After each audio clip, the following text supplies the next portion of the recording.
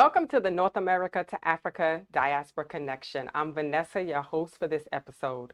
Please subscribe to our platform at www.northamericatoafricadiaspora.org, your independent platform with no censorship.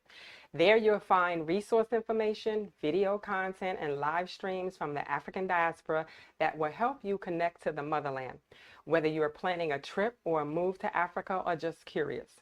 The North America to Africa Diaspora Connection presents all things Africa from the eyes of the African diaspora, from those who are from the U.S. that have moved there and those who were born on the continent. Now, today's episode is entitled, We're Moving to Africa, but What About Our Kids? Our guest, Dr. Chukwuma Ekwelum, affectionately known as Chooks, who moved from America to Africa with his wife and children. His story is quite interesting to me because he and his family moved to the African country of Rwanda, and they started something there where they considered the kids, but not just their kids, but everybody's kids. What they have started in such a short period of time is a bit unconventional. So now let's have Dr. Ekwelum talk all about it. Thank you so much for your time today for this interview amid your very busy schedule. So please introduce yourself in your own way and let us know, when did you move to Rwanda? Where in the U.S. do you hail from? And what work are you doing there now? All right. Well, first of all, Vanessa, thank you for having me. You did a pretty good job with my name. Most folks get tongue twisted. You know, it's a pretty long name. Okay. As Nigerians are known to give their children long names, but yeah, my name is Dr. Chukwuma Ekwelum, but I go by Chooks for short. Okay. That's the abbreviated version of my name, but my full name is Dr. Inabubu Chukwuma Ekwelum. Wow. I am, as you mentioned, currently living in Kigali, Rwanda, with my wife Vanessa and our 3 children, Josiah, our firstborn, our son, Hadassah, our middle child, and Adina, our newborn. So she was born back in April, very new to the world. Wow. We moved to Rwanda from Boston, Massachusetts, where I was born and raised. Spent most of my life there, of course. Boston is a very interesting place. You know, you have different parts of the city, you know, depending on where you are, you know the demographics, so you know where there's mainly a Black population, Latino, and so forth. And so it's very interesting when you cross lines, you know exactly where you are by the people that you see. And so we've actually, last month, we celebrated 2 years of being here in Rwanda. We relocated, actually it's crazy, we relocated at the height of the pandemic in 2020. As you remember, you know, that was a crazy time back in July. It was. Mm-hmm. So I'm really happy to be here, and definitely feel like we made the right decision to move. Great. But why did you move your family to Africa? Yeah, that's a great question. You know, I think it all started with a very real conversation that my wife and I had one night, and we really had to ask ourselves, you know, where do we want to really establish our roots? You know, we're a young family, our children very young. You know, our oldest is 5. At that time, he was 3. So they weren't really bonded to any friends or any structures or programs, especially because we were homeschooling him at that time.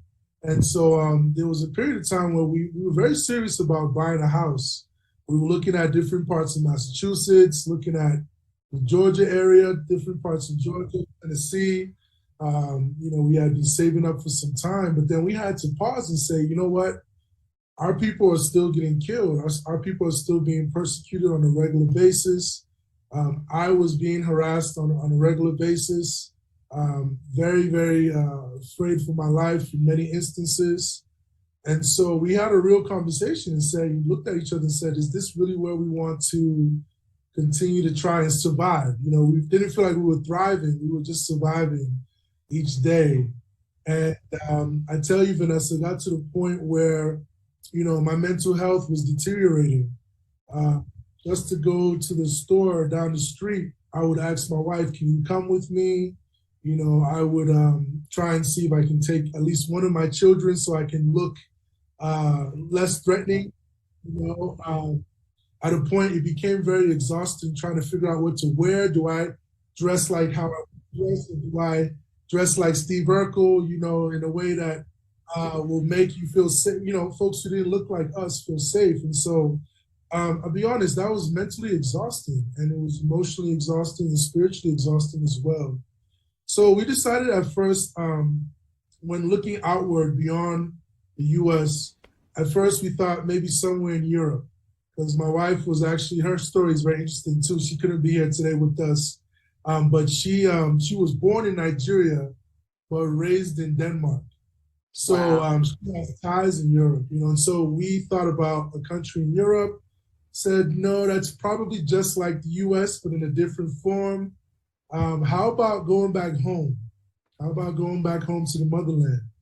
And so when we decided on that, the next thing to decide on was which country, because many folks treat Africa as a country, but it's a continent that Right. has about 54 countries, as we know. So the next question was, where in Africa?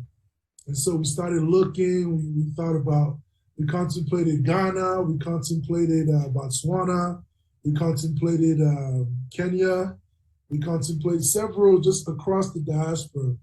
And really what I was focused on researching was job opportunities, while my wife was, her task was really researching, the living part. How is the cost of living? Right. What it's like to, purchase groceries, real estate, etc.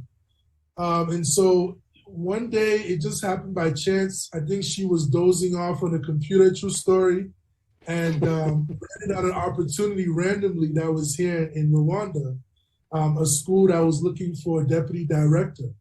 And so I threw my hat in the ring for that position. They called me, I think they called me within an hour or two after I submitted my application. Wow. Yeah, very interested in my candidacy. And so, of course, this whole time, though, we were just, really deep in prayer, asking the Lord for guidance, on our next move. And so it felt right, did the interview. During the interview process, it was determined that the position would be taken down because from how it was explained to me, they were trying to cut back on funds, given COVID. And so they were trying to have as much in the reserves as possible. So then they asked me, well, we have a secondary principal position open instead. Are you willing to take that for now and then assume the deputy director role or even director role in the near future? So for me, I think at that point, we just wanted to just get somewhere else outside of the US. Right. Um, we found, aside from that job opportunity, we found Rwanda's story to be very compelling.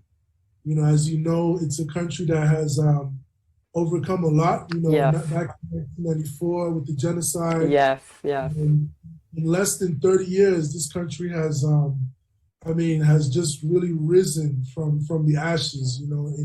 In ways that are just so incredible. So we were really touched by the resilience of the Rwandan people.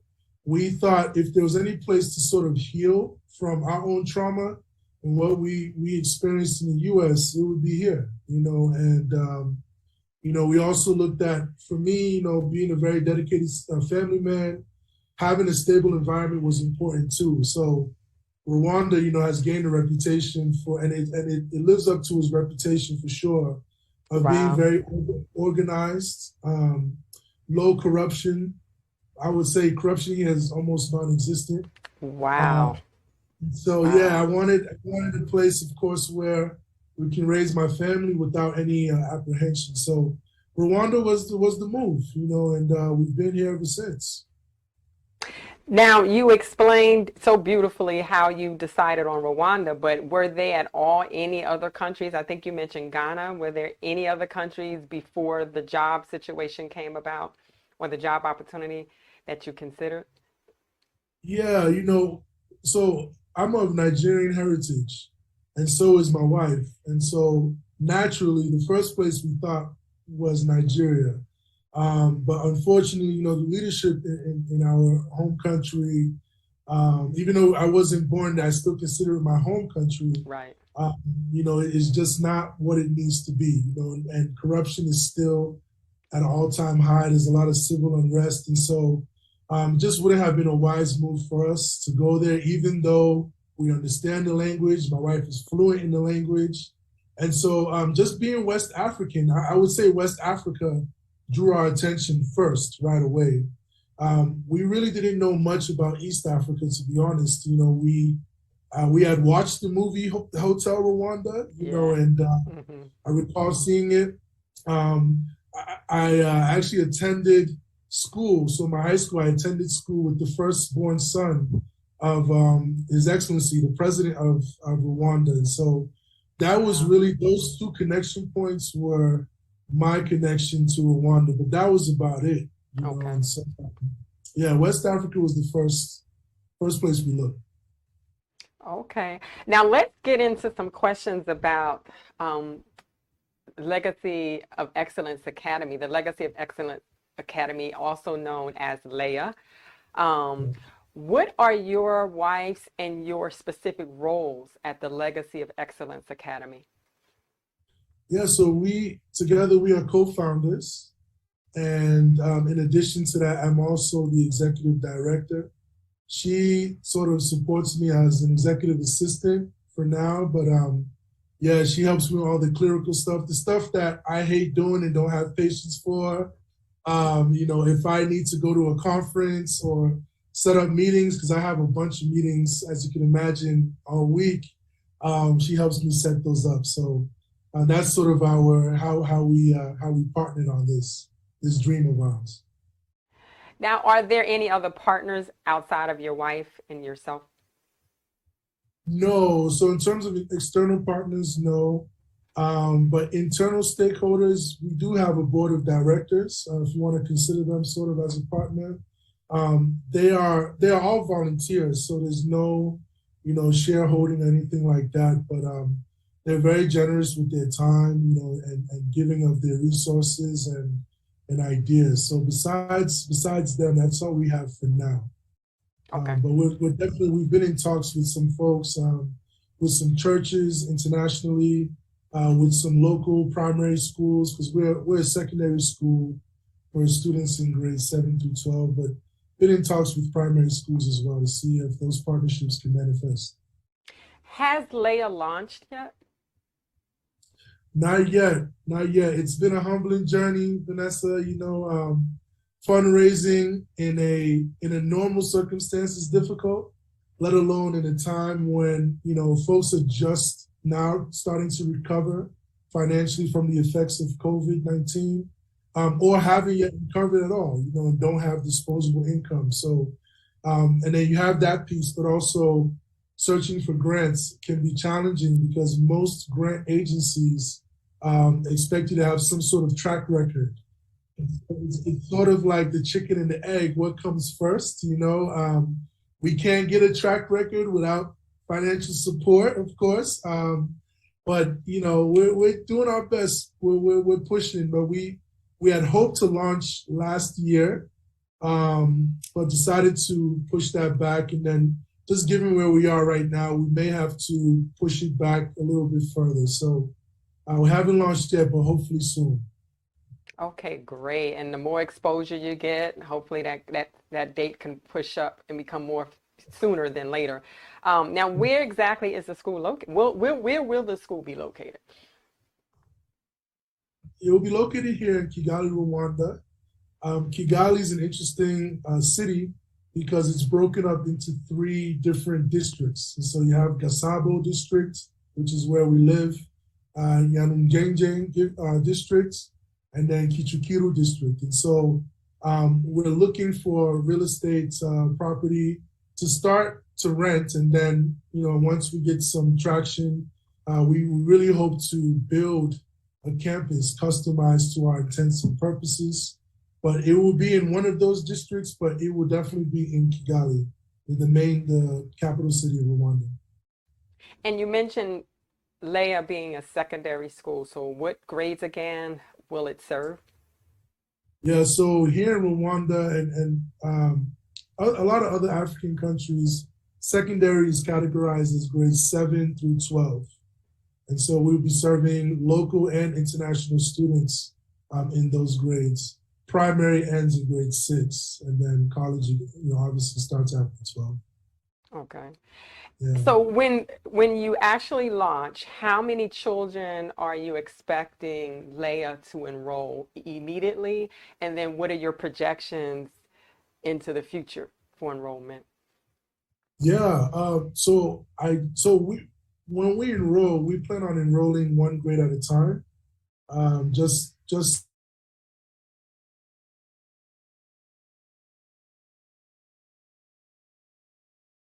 to fulfill requirements for accreditation. And so often when you start a school, they won't accredit you right away. But once you're accredited, you'll be able to give out diplomas. And so we ideally look to have 25 students in year 1, and really having about 25 to 30 students each year after that. So as we add each grade, we're hoping to get 25 students per grade. And so I'm not a mathematician, but that's 6 grades times 25 students minimum. Mm. What was the process for you and your wife in deciding that starting Leah was definitely something that you wanted to do?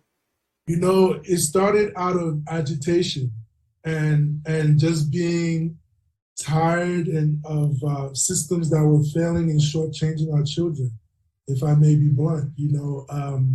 Like I said, I came here through another job opportunity, another school, and I came here with a very strong vision of how I wanted to lead our children, our babies, and what I saw, without naming that particular school, but what I saw were very low expectations, and people from the West who were imparting ideals on students that just were not conducive for preparing them for a better life. I would walk into a 12th grade classroom for an observation, and I would notice that 12th grade students were being given 4th and 5th grade text to read, and to me, it was heartbreaking because I'm here thinking, my goodness, we're setting these children up to fail. And so it got to a point where, I would name these things, hoping that there would be change. And the response back was always, that's just how we've been doing things. It works for us. Just get with the program. And me being me, anyone who knows me, I don't have much patience for that because I do believe our children deserve a stellar education right now, and it's a form of social injustice to subject them to anything otherwise, to hold them to low expectations, to put something before them that's not culturally relevant or responsive to their needs, to have something that doesn't represent who they are, that really does something to a child's mental state and psyche. What it does, it communicates to them that they are inferior and that they can never rise to a level that is of importance. And so when I parted ways with that job situation, and funny enough, Leah, I had started drafting Leah on my phone, like literally 2 or 3 years ago. But back in the US, I never had the courage to get it off the ground because I felt like, well, this school, it's like a Christian school, but it's also Pan-Africanist. And I don't know if I'll get much support in the US because those things tend to be very much attacked, in different circles in the US. So, and then as a Black man, people are always scrutinizing my intellect, even though I have multiple degrees, right? But I never felt confident to even try to start that process. So I would type a little bit, put my phone aside.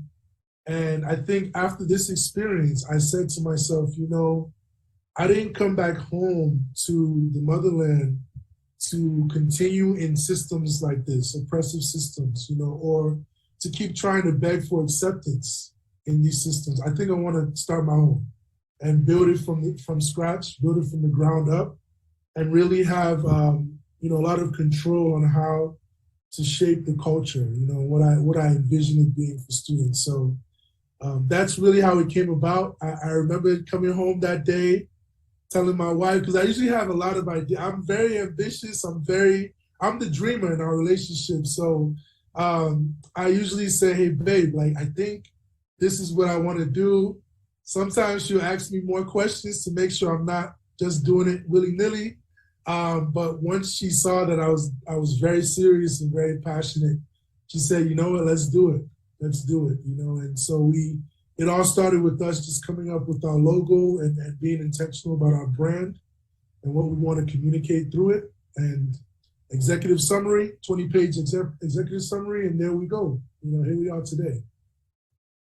Wow. So you mentioned that Leah is a Christian school. So it's one thing to decide that you're going to build a school, but it's another thing to decide you're going to make it a Christian school. So why did you and your wife decide to take that step to make Leah a Christian school?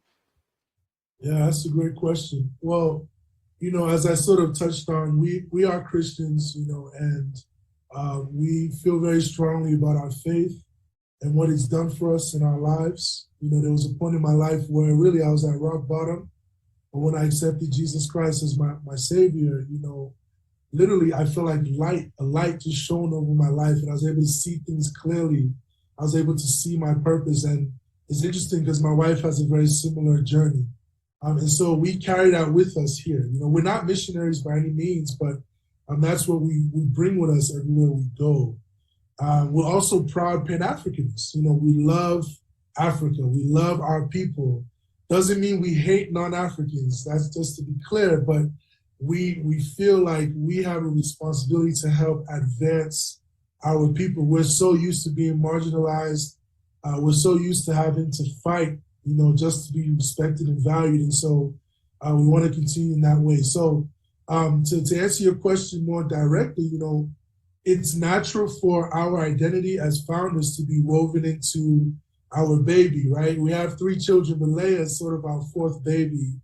It's only natural to bring that. But also, we firmly believe that a person cannot achieve a deep, meaningful, everlasting educational experience without some sort of spiritual nourishment, you know, and history has shown us that, you know, some of the most wicked, evil people that we've known to mankind were actually very brilliant. They were book smart, you know, they had those ABC 1, 2, 3 technical skills. However, they lacked the morality piece. They lacked the ability to empathize.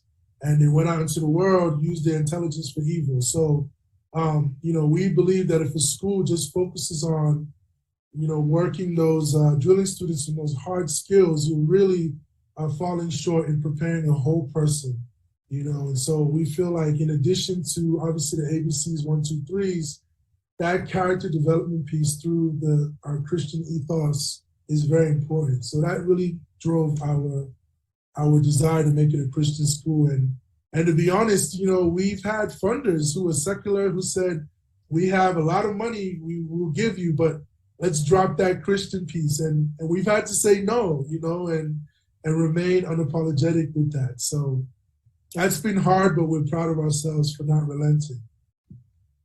Wow, that's wonderful.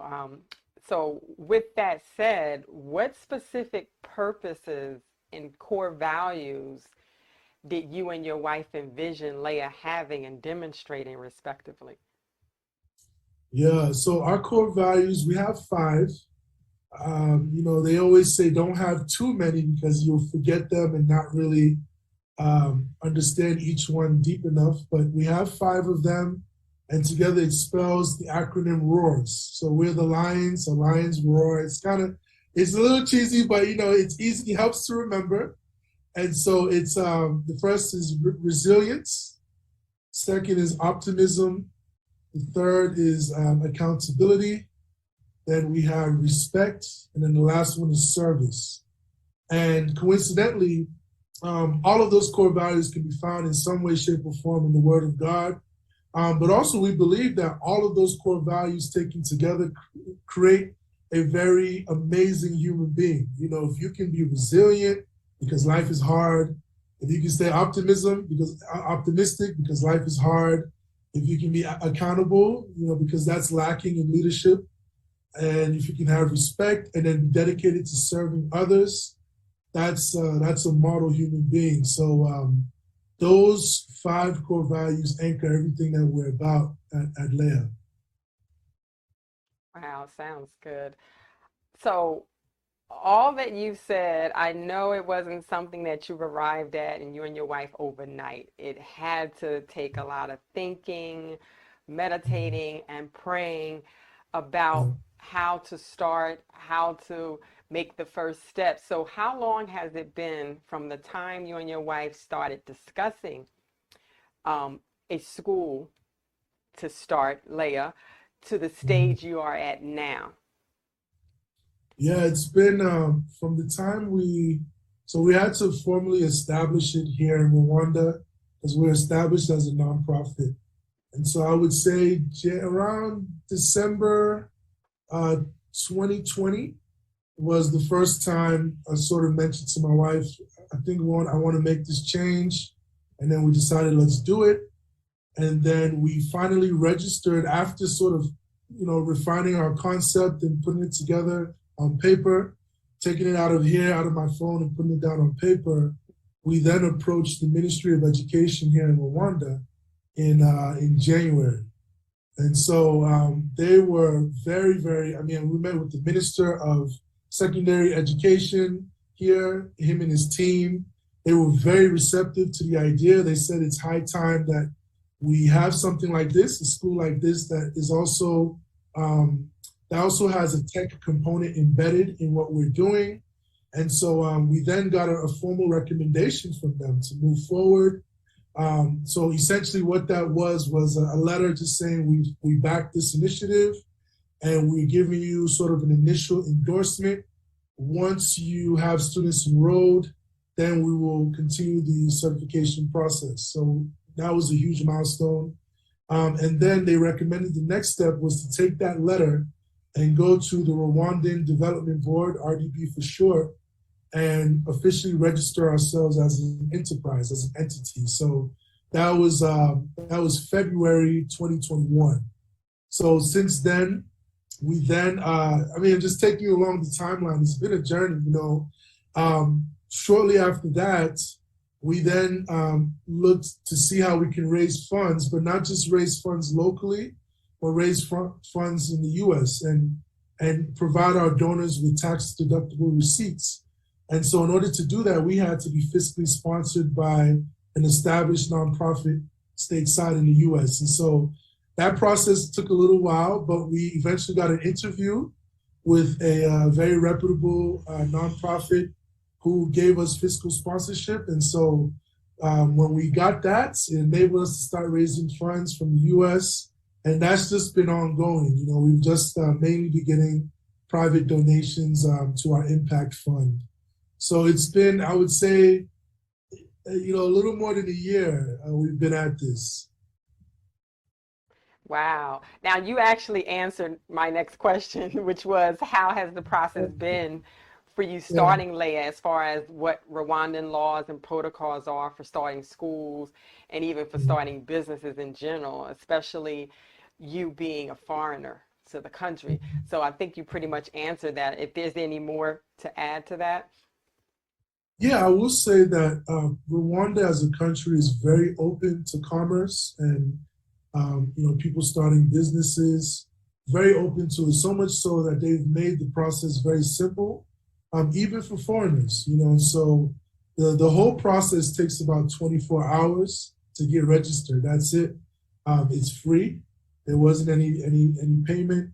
Of Wow. course, you have to stay on top of doing your taxes if you are for profit, and of course, declare your expenses every year. But the process was completely free, and it took 24 hours. I was shocked. I thought we were missing steps, but we had to present our ID. We had to present, of course, like our concept idea, what services we're looking to offer.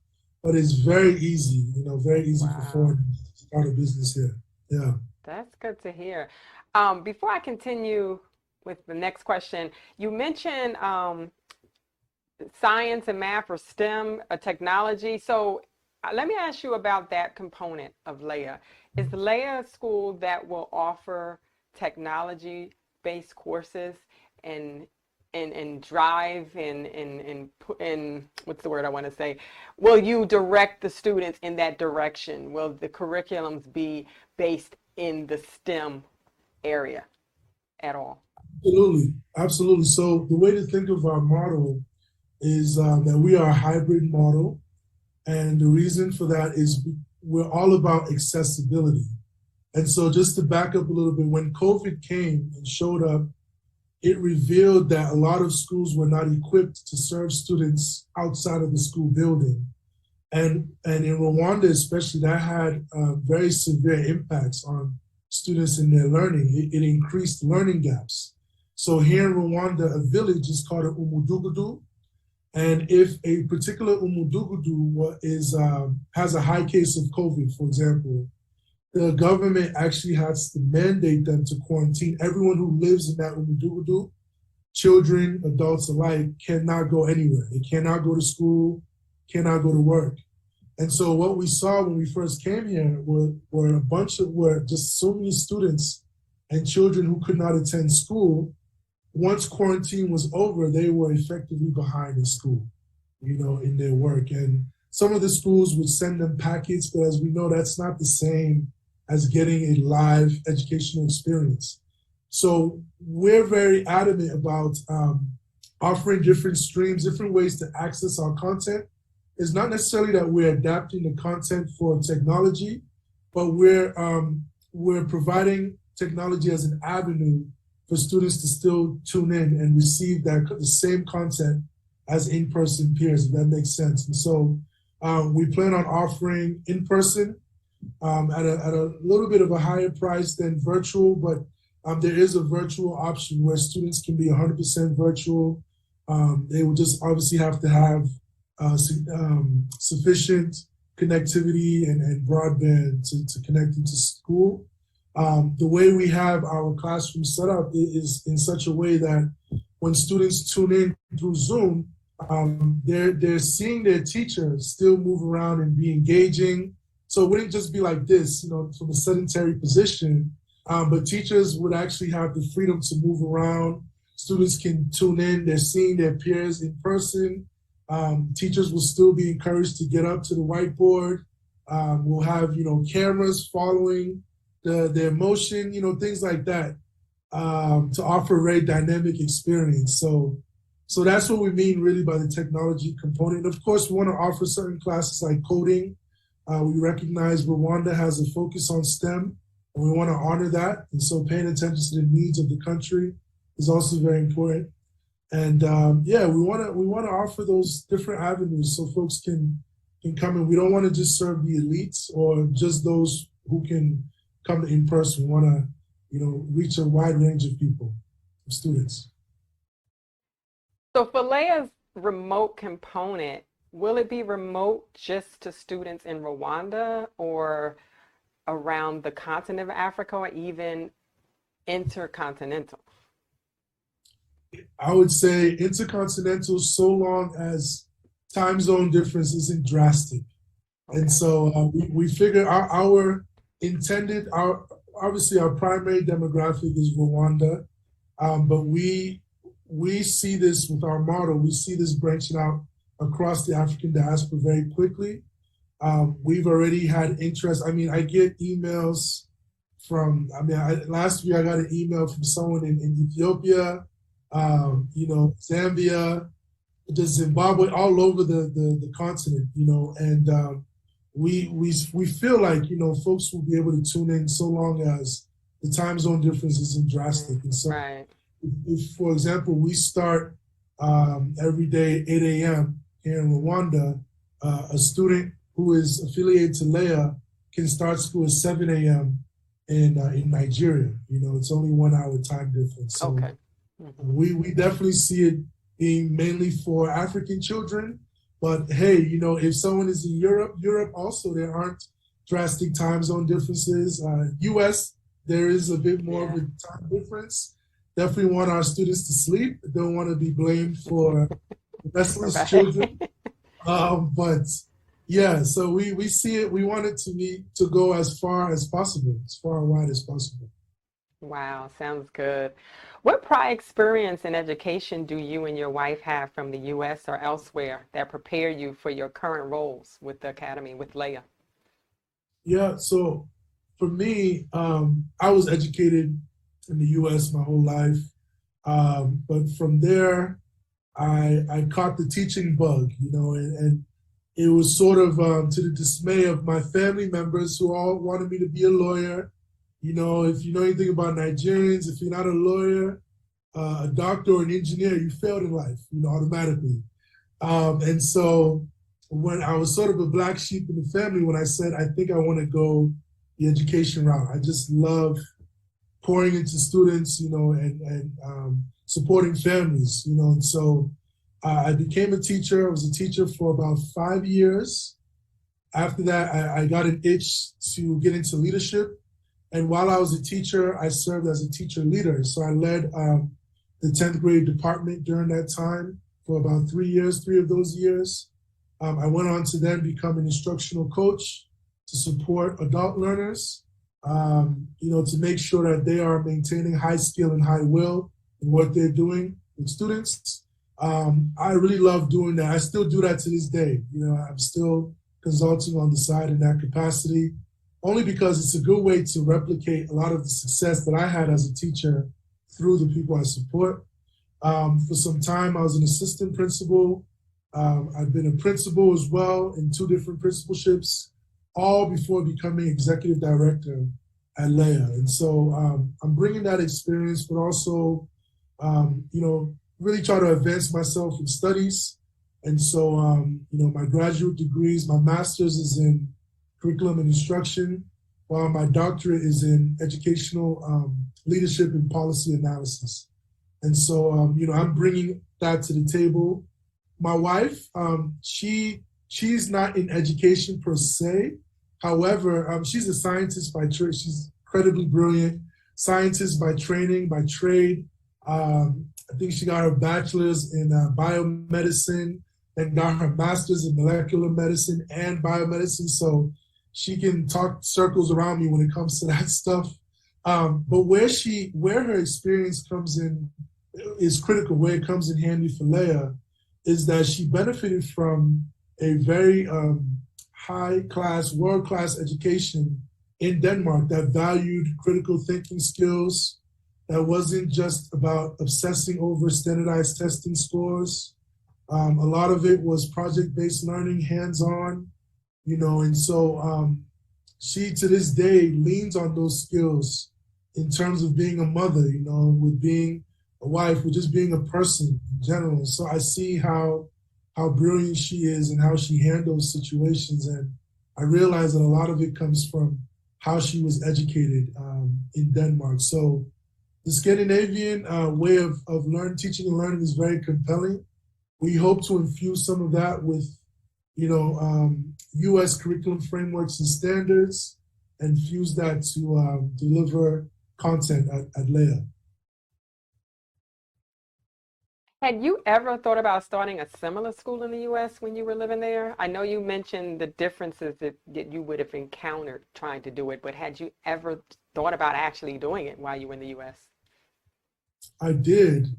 But I think I was being stubborn. I was being a sort of coward, to try and get it going. But I say that, also keeping it in context, I think I had good reason to feel like I couldn't do it. I didn't feel like it would be something that I would be supported by a larger community in doing so. Of course, we had church family. Of course, we had friends. But I think that at a certain point, I would have reached the point where they would have said, no, sorry, great idea, good try, but, join this instead. And so I didn't really feel empowered, so I thought about it, but I'll be honest, I didn't give it more than a second thought, to be honest, in the US. Here, because of how easy it is to open something, because I'm around my people, because I'm seen as a brother, because I'm seen as someone who is bringing expertise to improve the land, to help push Africa forward, that helps, and that has helped in propelling me forward to push for this to come to life, for sure. Wow. Well, what are your short-term and long-term goals for Leia? Short term, to become operable and to remain viable, because it's one thing to and open our doors to students, but we also want to run a very good school, and I always say to the board, I am okay with pushing the date back if we can't put forth something that's amazing, and so I'm very adamant, and they're very adamant about that as well. That's short term. Long term, I think that we have the ability to scale, Leia. And so instead of being just Legacy of Excellence Academy, we could branch out and become Legacy of Excellence Academies by setting up satellite campuses around the African diaspora, especially in countries that have really invested in broadband internet connectivity. There are many countries in Africa that have done so, Rwanda being one of them. The stigma against Africa is that Africa is less than, that we don't have the infrastructure. But I'm here, our connection is very stable, and as you can see, so it's possible. The only thing with that, with scaling, I would try to really make sure that our brand doesn't become diluted. I think when you try to stretch yourself out in that way, you run the risk of that. And so in order to avoid that, of course, we'd have to have very good people in place, other executive directors in those places that lead with vision and have good character. And so we'd have to vet people out, quite a bit before going that route. But that's long term. That's, I would say, even 10 years down the road, maybe 5 to 10 years, we'll see. But let's start with Wanda first. Well, definitely be encouraged and stay the course, because when you're trying to do something in excellence, hence the name Legacy of Excellence Academy, it takes time. And sometimes you're delayed, and sometimes you have to wait to get that perfect mix of what you're trying to bring forth. So definitely stay the course. And when it does launch, it's going to be great. And I'm sure it's going to be a blessing to not just the country of Rwanda, but the continent at large. So I'm excited about it with you. So let's shift gears a little bit. You're welcome. Let's shift gears a little bit and talk a little bit about your experience in Rwanda and that of your wife and your family. So what's one thing that stands out the most that you've learned to date since being in Rwanda? I wrestle with this often, and I would say the one thing that I've learned the most, I've learned that freedom, what I was experiencing in the US, was not freedom. And I have come to know freedom for the first time in my life in full here in Rwanda. If I may just speak honestly, I've never been in prison a day in my life in the US. I never had a criminal record in the US, yet I always felt like I was in a cage. When I was walking out, I always felt like I could not be fully free, fully myself, without coming off as threatening, either because of my complexion or my size, or even just how I move, And so I come here, and it almost brings you to tears, because it's like, wow, I come here and I'm just like everyone else. No one is looking at me like that. Of course, they still look at me because of my beard and my size, because West Africans were very distinct in our facial features and our just phenotypically, and even our structure, our body size. So we still get looks in that regard, but it's more like in awe, fascination, and just seeing how diverse we are in the African continent. But you have officers here, and I always tell folks this: officers here, some of them carry AR, rifles, AR-15s, AK-47s, but they're not scary. You can walk by them; they'll greet you with a smile. If you're lost, they'll take some time out of their post, show you where you need to go. There was one time I actually was pulled over for speeding, because Rwanda, they take speeding very seriously here. You can't go above, I think, 60 kilometers in most places, which is about 40 miles per hour, 40, yeah, I think 40 miles per hour in the US. But I was speeding a little bit and I was pulled over. And, most times when you're pulled over in the US while black, it's likely for no reason, or not a good enough reason to be pulled over, and which has happened to me a lot. So my first instinct was fear, was, oh my God, what's going to happen to me? The gentleman came up to me, greeted me, said, hey, you were going fast? I said, I'm sorry, sir. He said, all right, I'm going to let you go. Please don't do it again. Be safe. Wow. That was it. 5 seconds. Wow. Whereas in the U.S., I'm praying to get a ticket. If I get a ticket and leave with my life, And come home alive. That's a success story. So honestly, just to answer your question, I've learned that freedom is more than just not being in prison. It's also just people valuing your life, you not feeling expendable, you feeling as though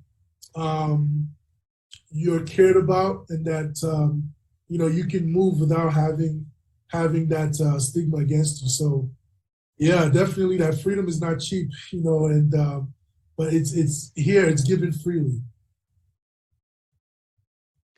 What is your biggest adjustment that you and your wife have had to make after moving to Rwanda? Oh boy, I would say slowing down. Rwandans take things very easy.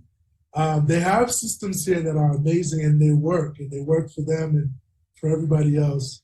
But they do take their time, and that doesn't work well with the U.S. way of doing things, where it's like, gotta move, you're a go-getter, you're always on the go. And then you compound that with the fact that we're also Nigerian, which we're the same way. Nigerians we hustle, we're go-getters, we move. If we're doing the job, we want to finish it so we can do another job, before the day ends. But here it's more laid back, and I think we needed that in a lot of ways. Sometimes it can feel frustrating, especially when you really have other things to do. But that's been the biggest adjustment, I would say. Having African parents all our lives, we're used to some of the things we see here. We're used to some of the foods already. We're used to some of the sayings and expressions, that are just commonly African. But yeah, the pace was a big adjustment point for us, for sure. Well, what is the biggest adjustment that your children have had to make after moving to Rwanda? I don't think there's been much, because they were so young when we left. Especially our daughter was not even 1 year old when we boarded the plane, and so in terms of adjustment, maybe the foods, we don't have Burger King down the street, we don't have McDonald's, Chick-fil-A, which we miss, we don't have that, but what we do have are very fresh food options. There are a plethora of fast food restaurants here, don't get me wrong, but they all use non-chemically infused foods, and so if I had to speak for them, they probably wouldn't say that's the adjustment. Maybe they'll say like, okay, no snow versus snow, because Boston, we got a lot of snow in Boston. Here we just deal with the rain mainly, but it's either rainy or sunny. There's really no in between. So if there's anything, I think it's that, because they've come to associate Christmas and wintertime with snow. And so it's been kind of odd, having no snow. It just looks like it's just summertime here all the time. So, yeah. Well, how's the adjustment been as a family unit, being new to living in Rwanda? Definitely, learning the language is still an ongoing process, and we've deemed that as a way to show the local people of the soil, respect. You come to their country. It's not about adapting to the American way of living. We owe you that respect to adapt to the Rwandan way of living and to adapt to your language. So We've had to adjust by learning the language first and foremost. And so, I think I'm proud to say at this point, we probably know about 30 to 50 phrases and words that we can speak confidently. You always want to try them out with actual Rwandans to see if you're speaking gibberish or what you're saying is actually legitimate. And so that's been great.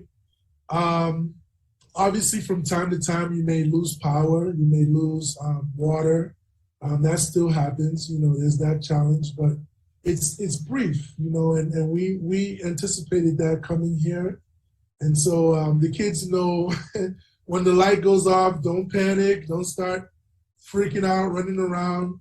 Just go grab the flashlight. And so we usually just play shadow games and keep ourselves occupied when that happens. When the water goes out, we have a water tank. We go there, we fetch the water, go old school, And so, like I said, we grew up with this type of vibe, these traditions in our home, and so it wasn't too hard to adjust in those ways, but still an adjustment nonetheless. Because where we were in the U.S., we always had electricity, as long as the bills were paid, of course, and we always had water. So that's been a big adjustment. Those two. It's been a while since I've been to Africa, and I certainly have never gone to Rwanda. I've only been to a couple of countries in the southern region and the western region. And one of the things I did notice were the differences in the gender roles. And when I visited several times, I saw in certain churches where the men sat on one side and the women sat on the other. They may not have been in all churches, but the church we were attending, I also saw that women seem to congregate in social settings when there's a lot of people, and the men congregate to the other side while women congregate to one side. Certainly the roles of the household are clearly defined or appear to be. So how differently do you see gender roles in Rwanda as it relates to working in business as compared to in the United States? Yeah, there's definitely a strong push here for women empowerment, for sure. Unlike where I've seen it anywhere else, the U.S. included. If you look across different sectors, different business sectors, you will almost certainly see a woman, if not at the top, very close to being at the top. The different forms of government and so forth. And so, in churches, sit wherever you want. Women here are driving. It's nothing like that where you stay in the passenger seat and then I drive or anything like that. But yeah, there's very much a strong sense of women are equal. Seen as equal counterparts here in Rwanda. It's very safe for women. So there have been times when we've had friends, or even my wife has had to, walk down the street in the middle of the night and feel totally safe, 100%. And so you don't have crime in that area where, abduction or rape is at an all-time high. That just doesn't happen here from what we've seen. I'm sure in small pockets, of course, we may have those small cases of women disempowerment, but for the most part, the country is very adamant about lifting women up, which is very, very powerful. Yes. And as someone who has, I have a wife and now I have 2 daughters, that's important for me, for sure. If you had a chance to redo your move to Africa, knowing what you know now, based on your experience thus far, would you change anything? So I would say yes and no. So yes, in the sense that I wish I had done a little more research in the job opportunity that I accepted, just to sort of look beyond what was being put to me as on paper. I wish I had done a little more research to make sure I understood why there was a high turnover rate, or why, this is this way, right? But besides that, honest to goodness, I would not change a thing. We've had very good days, we've had hard days, in terms of adjusting. But all of those things have contributed to us becoming stronger and wiser, more culturally in tune to what's going on around us here in Rwanda these past 2 years. So I don't think I would change anything besides the research and that job opportunity. And again, it's always good to have a plan B, right? In life, I had Leah just sitting in my phone, and I sort of that's a great plan B as far as I'm concerned. It's been a blessing being on this journey, to be honest. And I wouldn't have been on it if I was still in that other job opportunity. So, Have you visited any other African countries since living in Rwanda? And if yes, which ones? yeah. So last year, June, unfortunately, my father passed, and so his funeral was held in Nigeria, his place of birth. As the oldest son, I had to be there to fulfill the different rites, that were required. But besides, and then we touched down in Ghana, but then we from there went to Nigeria. But besides that, nowhere else yet. We definitely have plans on going to some neighboring countries, like Tanzania. We have touched Congo, so we've been to the edge of Rwanda, in a place called Gisenyi in the countryside. It's about 3 hours and 30 minutes outside of Kigali, so very, very close to Congo, but haven't been in Congo per se. But yeah, we have plans on visiting the continent. Once our children are a little older and we don't feel as tired. Well, you have more energy and more time. So Yes. it certainly sounds like you and your wife and your entire family love it in Rwanda, and that's great. But would you and your wife consider moving to another African country in the future? Or is Rwanda pretty much your home? For the foreseeable future, Rwanda is our home, and unfortunately, Rwanda is a rarity on the continent. And again, you can trace back all the things we're dealing with, all the corruption, the unrest. You can all trace that back to colonialism, right, and colonization. That's a whole nother conversation itself. But so it's not like Africa's fault that they are going through the things they're going through, because in a lot of ways, Africa is feeding the world while still starving, which is something that needs to be addressed. But Rwanda is a rarity. It's a gem in the sense that you have very good leadership, strong leadership here. It's very organized. It's incredibly clean. You don't have to worry about, civil unrest when you walk outside your door. And so for me, I really want my family to feel safe. And so for the foreseeable future, this is it, and I can't see us anywhere else. We do often pray for other African countries to emulate Rwanda, Nigeria included. We want to see Nigeria really take off because it's interesting. A lot of Rwandans, when they find out we're Nigerian, they still marvel. They're like, wow, Nigeria is a powerhouse. You guys got great music. I love Nigerian weddings. I love what you guys wear. So they look up to Nigeria, where I'm thinking, well, me and my wife are like, well, Nigeria is much bigger than Rwanda, but you should be looking up to Rwanda, and what it's overcome and how far it's come in terms of riding the ship with leadership. And so, I say those two countries together because we also have a very similar past in terms of civil war with the Biafran War in Nigeria. So there are some parallels, and I think that countries like Nigeria can learn a lot from Rwanda. So a long answer to your question, but short answer is no, not right now, not for the foreseeable future. Well, I've heard you, but I'm going to still sneak this next question in. Would you Yeah. ever consider moving back to the U.S.? No. I've gone back since for business. I consult internationally, so I support schools here, but I've mainly had clients in the U.S. still, so I support them virtually. But every now and then they'll fly me out, which is nice. Use it as an opportunity to buy some things for my family, even visit some restaurants that I missed. But besides that, no, I just can't leave paradise, leave heaven, and go back to, the other place. So yeah, no, I'm sorry. Too happy.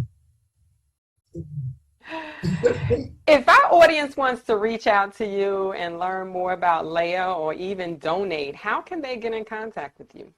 Oh, there are many ways. If you need more information, you could always visit our info page or our info email address at info@legacyrw.org.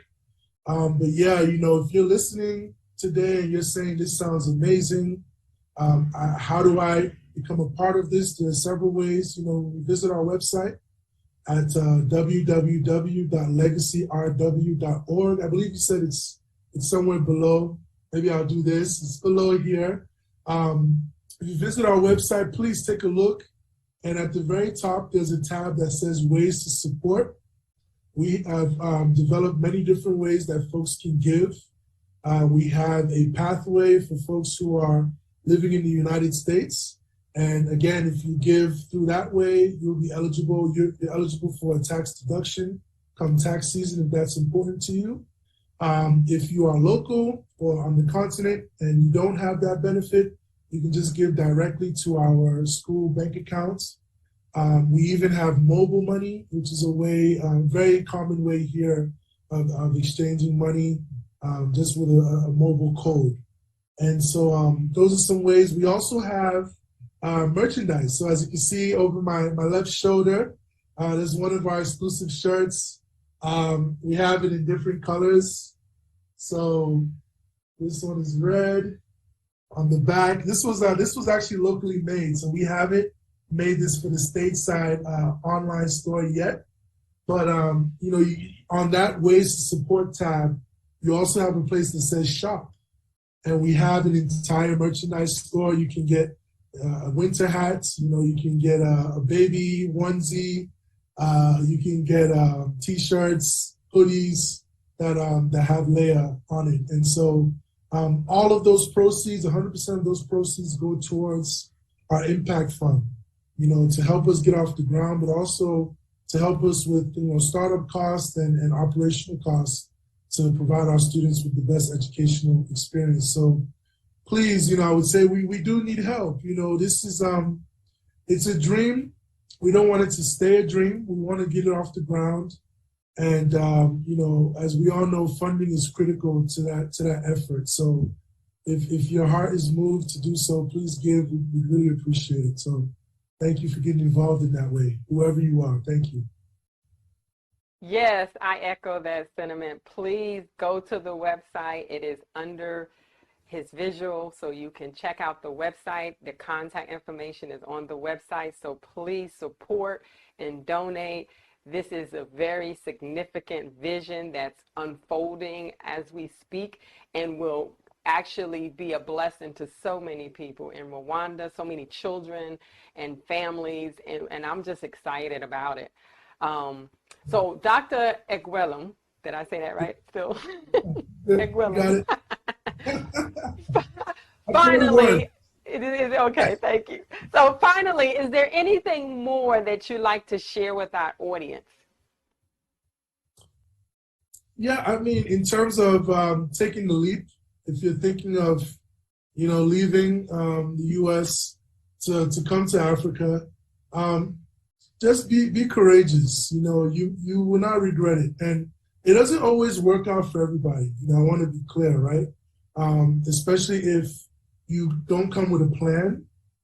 So I would say definitely come with a plan, some sort of business idea if you're not coming through an organization or agency already. But please just give it a shot. You've never really lived until you've lived out of your comfort zone and what you're used to for all your life. I would say a lot of folks, when I tell them, hey, come visit, or take the leap, they'll say, we don't got the money for that. Well, I'm like, well, you have the money for your rent. You have money for your car note. You have money for all kinds of insurance that you're never going to use. And for us, we didn't have a whole lot. We used our savings like I told you, we were saving up for a house in the U.S. and we decided let's just close our eyes and from our savings book our ticket. Pay for shipping our container, pay for all the things that we needed to bring over, and just took a leap of faith. I do recommend if you're skeptical, definitely come visit first. If it be Rwanda or any other African country that has your interest or has your interest or draws your attention. We didn't do that. We just came straight to Rwanda on faith. And so a lot of folks think we were crazy for doing that, but it has paid off. We know other folks who've done that as well. And so it depends on who you are. If you're more skeptical, visit first, get a taste of it, and then go back and plan your exit. If not, if you're more daring, just pack it all up and come on over. You may surprise yourself in what you end up loving about Africa, the African continent. I would also say, please don't subscribe to Western media about Africa. There are a lot of non-melanin brothers and sisters here who are enjoying the continent, who are on the resorts, who are buying land here, who are living the life here, and they go back to the States and give a different story, which it just blows my mind. And so you can come here and live like a king and a queen if you set yourself up well, and it's freeing if you value your quality of life, your mental health, and you're tired of living in fear. And it hurts me to say this because, again, I'm a native of the U.S., and I don't want to talk bad about the U.S., but that's just the reality. You send your child to school, you don't know if they'll come back. You go to church, you don't know if you'll come back, with your life. So if you're looking just for, peace of mind, just give it a try, and don't let fear grip you to the point where you're paralyzed, and think that the U.S. is all you have. Well, I certainly have enjoyed this interview with Dr. Ekwelem, and I've enjoyed learning more about you, your family, and the Legacy of Excellence Academy, also known as LEA, and all the positive things that you and your wife are doing in Rwanda. Thank you again for your time. I appreciate it. Thank you so much, Vanessa. I really appreciate it. And, go Lions. And I'm just so grateful for how even the words of encouragement you've given me. And I'll definitely relay that to the board and to my wife. So thank you so much. You're welcome. You're welcome. There you have it. I hope you've found this interview with Dr. Ekwelem to be very informative and enlightening. They are just one of many examples of African Americans who are successfully repatriating to Africa. But this is not the end, but just a little intermission, because we are continuing the conversation with Dr. Ekwelem on our private platform at the North America to Africa Diaspora Connection at www.northamericatoafricadiaspora.org, where we will dive in a little deeper to learn more about Dr. Ekwelem and his family's experience in Rwanda without censorship. So please meet us over there and subscribe to that platform, where you'll find more interviews like this one and uncensored information on exciting business ventures that other African Americans have started after moving to the motherland. Thank you for tuning in, and until next time, bye-bye.